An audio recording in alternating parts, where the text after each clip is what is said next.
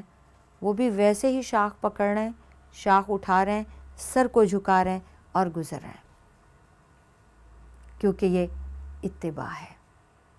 یہ بالکل ویسے کرنے کی کوشش اور خواہش ہے جو آپ صلی اللہ علیہ وآلہ وسلم کو کرتے دیکھا، ان کی سنت کی پیروی ہے۔ روزے ہیں، اللہ نے رمضان المبارک میں فرض کر دیے، اب یہ اللہ کا حکم ہے. رمضان کے روزے رکھنا اللہ کے حکم کی اطاعت ہے رسول اکرم صلی اللہ علیہ وآلہ وسلم کے ذریعے. تو اللہ کی بھی اطاعت ہو گئی, اللہ کے حبیب کی بھی اطاعت ہو گئی.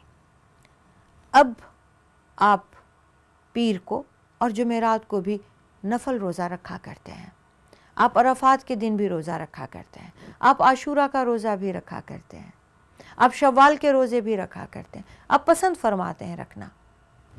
اب یہ اتباع ہے, یہ سنت کی پیروی ہے, یہ آپ کی تقلید ہے. اور ہمارا رسول پاک صلی اللہ علیہ وآلہ وسلم سے تعلق اتباع سے سب سے زیادہ مضبوط ہوتا ہے.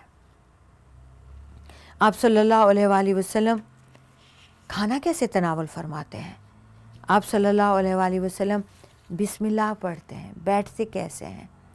صحابہ اپنے شوق سے اس قدر رسول اکرم صلی اللہ علیہ وآلہ وسلم کی اطاعت کرتے تھے, اتباع کرتے تھے, ایک ایک بات کی پیروی کرتے تھے. اور اس بات کو اللہ تعالیٰ نے بھی محبت کا ذریعہ بتایا. عزیزان گرامی, سمجھ لیجئے کہ نجات کا ذریعہ بتایا. اللہ جس سے محبت کرے اسے اور کیا چاہیے؟ اور اللہ تعالیٰ نے محبت کی شرط بتائی, اپنی محبت کی شرط. اے نبی اکرم صلی اللہ علیہ وآلہ وسلم فرما دیجئے, اعلان کر دیجئے, قُلْ إِن كُنْتُمْ تُحِبُّونَ اللَّهَ فَاتَّبِعُونِي يُحْبِبْكُمُ اللَّهُ. اے نبی اکرم صلی اللہ علیہ وآلہ وسلم, آپ اپنے امتیوں کو, اپنے مومن بھائی بہنوں کو کہہ دیجئے, اگر تمہیں اللہ سے محبت ہے تو تم میری پیروی کرو, جو مجھے کرتا دیکھو کرنے لگو, جو مجھے کہتا دیکھو کہنے لگو. تو یہ پیروی ہوئی, میرے نقش قدم پر چلو. تمہیں اگر اللہ سے محبت ہے تو میری پیروی کرو, اور اگر تم نے میری پیروی کی تو نتیجے میں جو رب تم سے محبت کرے گا, یحببکم اللہ, وہ رب کا وعدہ ہے, نتیجے میں پھر تمہیں وہ اپنی محبت سے نواز دے گا. در حقیقت رسول کی بعثت کا مقصد ہی یہی ہوتا ہے کہ وہ معرفت الہی تک آپ کو پہنچا دے. آپ صلی اللہ علیہ وآلہ وسلم نے اپنی روزمرہ زندگی میں اپنے امتیوں کو, صحابہ کو اس کا مشاہدہ کرایا. عزیزان گرامی, جیسے میں نے آپ کو درخت کی شاخ والی بات بتائی, ایسے ایک مرتبہ آپ صلی اللہ علیہ وآلہ وسلم نے مہر لگانے کے لیے جو خطوط بھیجتے تھے اس کے لیے انگوٹھی بنوائی. اس پہ اوپر اللہ, بیچ میں محمد اور نیچے رسول, یعنی محمد الرسول اللہ. نیچے سے پڑھیں تو یوں ہوتا تھا, اور اوپر سے پڑھتے تو اللہ رسول محمد. تو یہ آپ مہر لگاتے تھے, اور یہ بھی صحابہ کرام نے آپ کو مشورہ دیا. اس کے بعد آپ کی انگلی مبارک میں جو داہنے ہاتھ میں آپ پہنتے تھے, انگوٹھی پہنے دیکھ کے صحابہ نے انگوٹھی بنوانا شروع کر دی.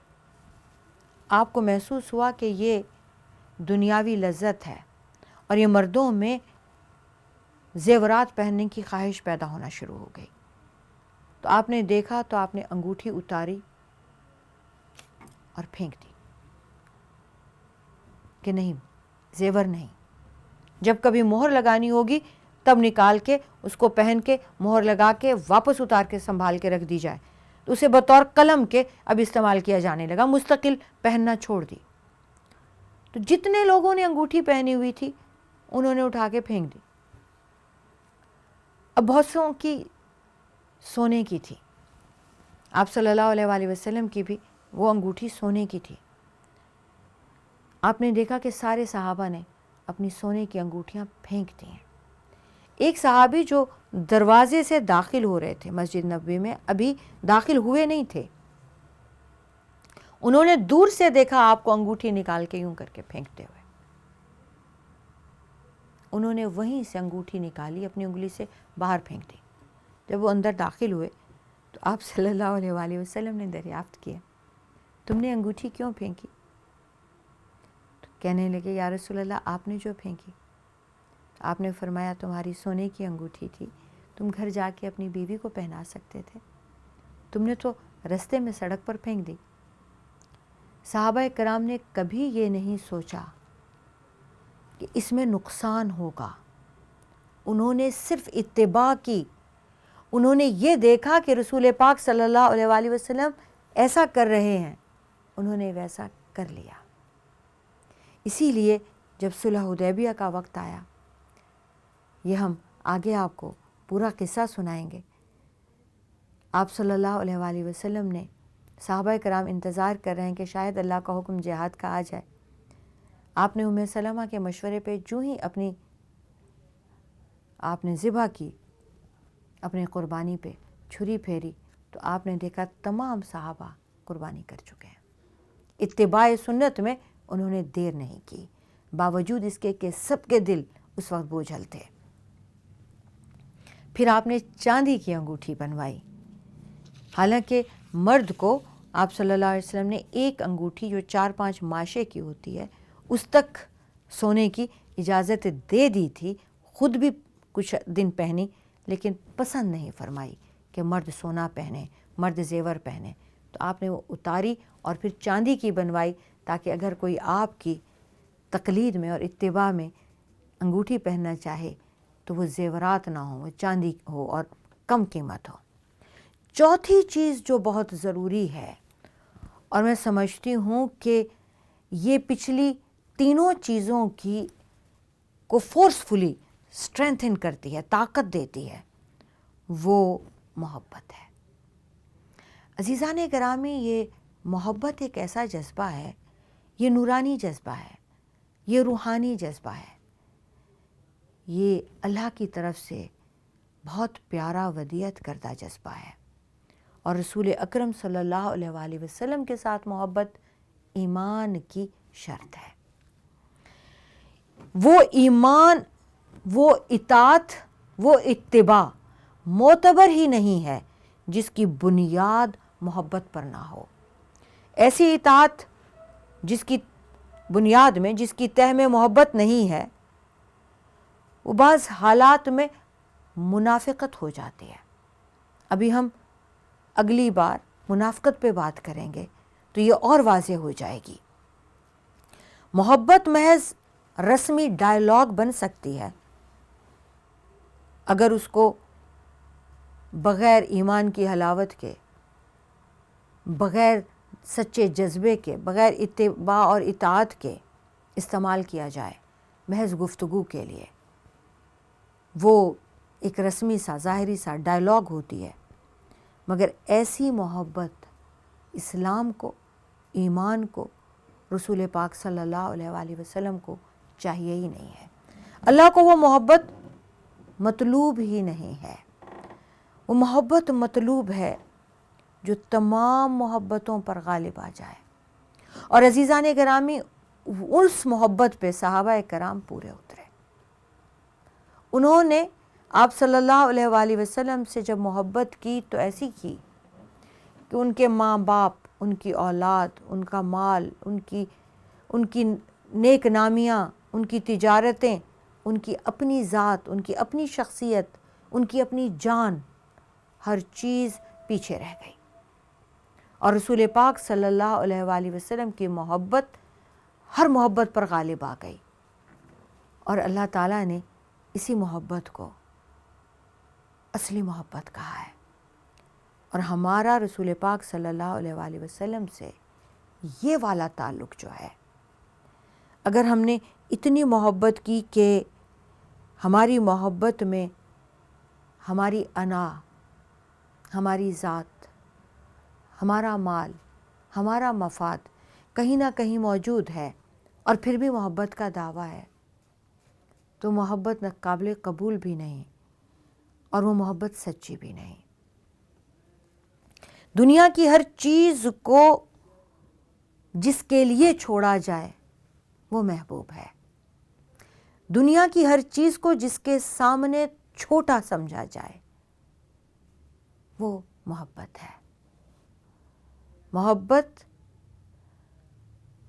کوئی بزنس نہیں ہے کہ آپ کہیں کہ مجھے آپ سے محبت ہے، اب مجھے نتیجے میں محبت نہیں ملی، کم ملی، تو محبت ختم ہو گئی. نہیں، محبت میں وہ جذبہ اپنے اندر اتنا مکمل ہے کہ اسے واپسی کی، نفع نقصان کی کوئی پرواہ نہیں ہوتی. قرآن مجید میں محبت کا معیار اللہ تعالیٰ نے خود بتایا ہے. اے نبی صلی اللہ علیہ وآلہ وسلم کہہ دیجئے، فرمائی دیجئے، اعلان کر دیجئے، اگر تمہارے باپ، تمہارے بیٹے، تمہارے بھائی، تمہاری بیویاں، تمہارے خاندان، تمہارے مال جو تم نے کما کے رکھے ہیں، تمہاری تجارتیں جن کے نقصان کا تمہیں ڈر ہے، تمہارے مکانات جو تمہیں بہت پسند ہیں، اگر یہ ساری کی ساری چیزیں تمہیں اللہ اور اللہ کے رسول اور اس کی راہ میں جہاد سے زیادہ محبوب ہیں، تو انتظار کرو یہاں تک کہ اللہ اپنا فیصلہ صادر فرما دے. حدیث مبارکہ میں آپ صلی اللہ علیہ وآلہ وسلم فرماتے ہیں تم میں سے کوئی شخص اس وقت تک مومن ہو ہی نہیں سکتا جب تک کہ میں اس کے نزدیک اس کے باپ سے، اس کے بیٹے سے اور دنیا کی ہر چیز اور تمام لوگوں سے اسے زیادہ محبوب نہ ہو جاؤں. آپ صلی اللہ علیہ وآلہ وسلم نے فرمایا کہ 3 چیزیں ایسی ہیں وہ جس شخص میں ہوں گی وہ ان کے سب سے زیادہ ایمان کا مزہ چکھنے والا ہوگا. ایک وہ شخص جس کے نزدیک اللہ اور اللہ کا رسول تمام چیزوں سے زیادہ محبوب ہوں اسے. لیکن یہاں یہ بات یاد رکھنی چاہیے کہ اس سے وہ مقصد نہیں ہے کہ وہ انسان جو جذباتی محبت، جو فطری محبت اپنی اولاد سے کرتا ہے یا بیوی سے کرتا ہے یا عزیز رشتہ داروں سے کرتا ہے، یہ وہ محبت نہیں ہے. وہ ایک اصول اور قاعدے کے ساتھ ہوا کرتی ہے، اس کی بنا پر انسان اپنی زندگی کو گزارتا ہے. یہ ایک نیچرل محبت ہوتی ہے. لیکن اس محبت کے لیے انسان اگر اللہ اور اللہ کے رسول کو اس دنیاوی محبت کے لیے، دنیاوی چیزوں کے لیے، جیسے اللہ تعالیٰ نے فرمایا کہ پھر رک جاؤ، پھر اللہ کا فیصلہ آنے دو، اگر ہم اللہ اور اللہ کے رسول کی محبت کو، احکامات کو، اطاعت کو، اتباع کو پیچھے چھوڑ کے ان رشتوں کو ذمہ داری، مجبوری، محبت بنا لیں، تو وہ اصلی محبت جو ہماری رسول پاک صلی اللہ علیہ وآلہ وسلم سے تعلق کی بنیاد ہے وہ نہیں رہتی، وہ منافقت ہو جاتی ہے. اگر ہماری زندگی میں سب سے بڑا مقام اللہ اور اللہ کے حبیب کا ہے اور ان کی محبت کا ہے، پھر اس کے ذیل میں جتنی محبتیں بھی ہیں وہ قابل قبول ہیں، لیکن ان کو پہلے مقدم رکھنے کے بعد. وآخر الدعوانا ان الحمدللہ رب العالمین. السلام علیکم ورحمۃ اللہ وبرکاتہ.